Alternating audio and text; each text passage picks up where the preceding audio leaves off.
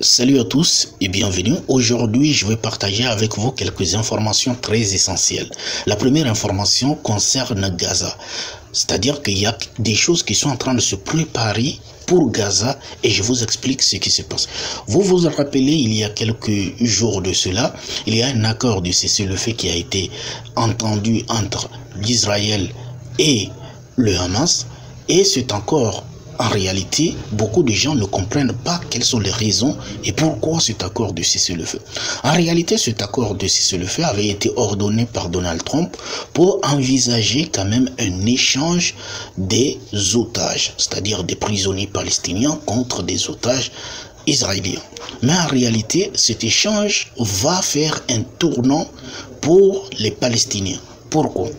Vous vous rappelez également, il y a quelques jours, Donald Trump avait dit qu'il allait déplacer les Palestiniens de Gaza. Et ce déplacement des Palestiniens de Gaza, en réalité, cache un secret. Ce que nous appelons, en toute logique, une déportation. Parce que le fait de déplacer massivement des millions de personnes, comme ça a été déjà tenté d'entreprendre par l'Israël, c'est tout simplement une déportation. Alors, qu'est-ce qui se cache derrière cela? Ce qui se cache derrière cela, c'est ce qu'on va voir dans cette vidéo.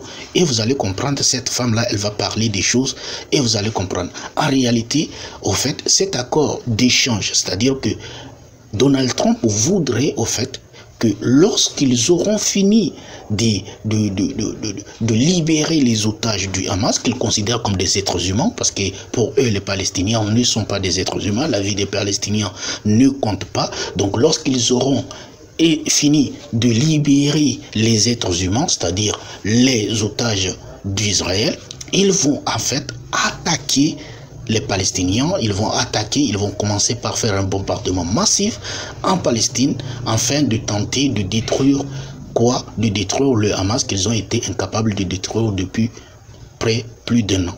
Ok, écoutez l'interview, écoutez les propos de cette femme et on va y revenir. Écoutez attentivement. Là, c'est une propagande immense qui se met en place. Les civils à Gaza sont autant responsables que les membres du Hamas et du djihad islamique. Tout cela devra à un moment ou à un autre être payé et être payé au prix fort. Donc, en fait, cette femme est en train de vous dire on devrait mettre une extermination des Palestiniens. C'est tout simplement ce qui se prime, hein, ce qu'il est en train de dire, c'est-à-dire nettoyer les Palestiniens, enlever les... Vous comprenez? Donc, en fait, c'est ce qu'on peut dire. C'est-à-dire que ces gens-là ont le courage de le dire parce qu'ils sont immunisés. Ils peuvent dire tout ce qu'ils veulent parce qu'ils contrôlent les médias, ils contrôlent les Occidentaux. Tous les Occidentaux sont soumis à eux. Donc, ils peuvent se permettre de faire la propagande d'un génocide sans, en fait, tranquillement comme ça, sans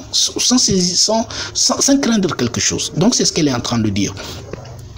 Effectivement, on ne peut que soutenir le plan Trump et décider une bonne fois pour toutes que la bande de Gaza doit devenir une zone vierge. Il faut que... Vous comprenez ce que je viens d'expliquer? Le plan Trump, c'est ça, c'est-à-dire qu'on va évacuer les civils palestiniens, on va les déporter clairement, disons les termes, disons les choses telles qu'elles sont. Donc, ils vont déporter les Palestiniens de Gaza et ça va rester quelque part et que les Palestiniens vont carrément quitter la terre parce que c'est un danger pour les êtres humains, pour eux qui sont les humains, puisque les Palestiniens ne sont pas des humains, ils n'ont pas le droit de vivre, eux qui avaient les droits de vivre, eux qui avaient tout le droit, c'est-à-dire qu'ils devraient mettre un moyen, un plan d'évacuer, de déporter ou soit de nettoyer carrément le peuple, au fait, afin qu'eux puissent vivre. C'est clairement ce qu'elle est en train de dire. Là, à vivre ailleurs, qu'une génération entière puisse aller se ressourcer mentalement dans d'autres univers, mais certainement pas à côté des Israéliens, à côté des Juifs, qu'ils veulent de toute façon éradiquer et exterminer. C'est terminé ce temps-là, ce temps est terminé, il faut récupérer tous les otages, et une fois que tous les otages seront récupérés, il faut vider la bande. Donc vous comprenez ce que j'avais dit, c'est-à-dire que le but c'est de récupérer d'abord les otages. Donc ça veut dire que lorsqu'ils vont finir par récupérer les otages, qu'est-ce qu'ils vont faire? Ils vont en fait vider le lieu. Ils vont en fait nettoyer le lieu tout simplement pour qu'il n'y ait plus de Palestiniens là-bas, pour qu'il n'y ait plus personne là-bas et ils vont commencer par faire leur bombardement massif. En réalité, c'est ce plan démoniaque qui est en train de se préparer. Et ça, c'est au vu et au su de tous. C'est pour cela que je dis, regardez, l'histoire telle qu'il est racontée, les gars, apprenez à remettre en cause l'histoire. Parce que l'histoire, elle est manipulée. Et c'est manipulé sous vos yeux. C'est-à-dire que on vous a fait croire que l'histoire qu'on vous a racontée, vous savez de quoi je suis en train de parler. L'histoire qu'on vous avait racontée, hein, il y avait des victimes. En réalité, vous devez apprendre à remettre les choses en cause. Ça ne s'est pas passé, peut-être que ça ne s'est pas passé comme ça. Vous comprenez? Puisqu'il y a un plan.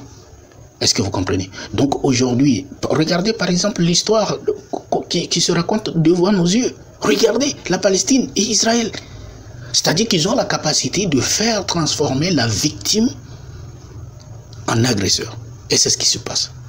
Maintenant, écoutez, parce qu'on avait dit, il y a les enfants qui ont été tués par les otages qui ont été tués, dont des enfants, dont ils veulent au fait instrumentaliser cela en disant que c'est le Hamas qui a tué ces enfants, alors que le père de ces enfants-là, hein, Shriki, le père de ces enfants-là, lui-même va parler. Écoutez ce qu'il dit. Le père de famille des enfants qui sont morts. Écoutez ce qu'il dit. Gaza.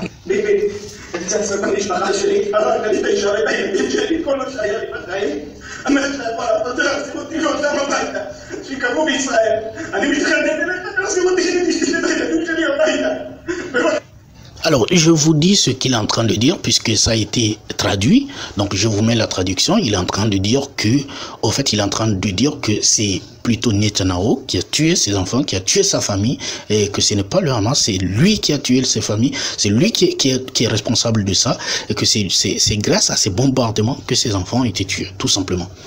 Et le vampire Netanyahou, lui, il accuse en disant toujours, comme toujours, hein, il veut être responsable de rien du tout. Il accuse en disant que non, c'est pas lui, que c'est plutôt le Hamas. Maintenant, troisième information et dernière information de la journée, ça concerne bien notre cher Emmanuel Macron qui va parler et qui était même prêt à faire des interventions au Niger, qui trouvait les régimes d'Abdurrahman Tiani, d'Assimi Goïta et d'Ibrahim Traoré comme étant des régimes illégitimes, et qu'on devrait aller au vote, alors que, je tiens à le rappeler, les bandits sont en train de massacrer des villages, sont en train de faire des morts partout au Sahel. Maintenant, écoutez, quand ça parle de l'Ukraine, quelle est sa position maintenant quand il s'agit de l'Ukraine? Écoutez sa position lorsqu'il s'agit de l'Ukraine, pour comprendre qu'en réalité, ces gens, en fait, se foutent un peu de nous, en fait. Écoutez. Est-ce que vous pensez qu'il peut organiser des élections présidentielles ou des élections législatives dans un pays où plusieurs millions d'Ukrainiennes et d'Ukrainiens sont fuis pour leur sécurité, dans un pays où il a mobilisé plusieurs millions d'autres qui sont au front, où il y a 1000 morts et blessés par jour, et où il y a toute une bande de son territoire qui est conquise par la Russie? De quoi parle-t-on? Est-ce que vous pensez que nous, dans la même situation, on s'amuserait à faire des élections? Donc vous entendez, en fait, lui, il est en train de justifier, puisque Donald Trump avait dit que Zelensky était un dictateur et que ça fait depuis quelque temps qu'il n'est plus président légitime, en fait, et que en réalité, il est un dictateur et qu'il devrait aller aux élections. Et là, Emmanuel Macron sort pour, au fait, légitimer, en fait, le régime de Zelensky en disant que, au fait, il est dans une guerre et que aller aux élections dans ces conditions n'avait aucun sens, et que même si c'est eux, la France, qui était dans les mêmes conditions que Zelensky, ils n'allaient pas faire d'élections. Mais pourtant, ce sont ces mêmes personnes qui disaient que, au fait, dans le Sahel, le Mali, le Sénégal, et le Mali, le Burkina Faso et le Niger devraient, au fait, hâter les élections, aller faire des élections rapidement. Vous comprenez la manipulation de la chose. Et vous comprenez que ces gens n'ont en réalité aucune leçon à donner donné au Sahel, à l'AES. Ils n'ont en réalité aucune leçon à nous donner parce qu'ils sont hypocrites. C'est-à-dire que quand la situation les concerne, ils trouvent qu'au fait, c'est pas le temps de faire des élections, c'est pas le temps d'aller aux élections. Il faut au fait continuer et boycotter les élections. Mais quand il s'agit des autres, par exemple l'AES, là, ils veulent presser les élections en demandant aux gens d'aller faire les élections.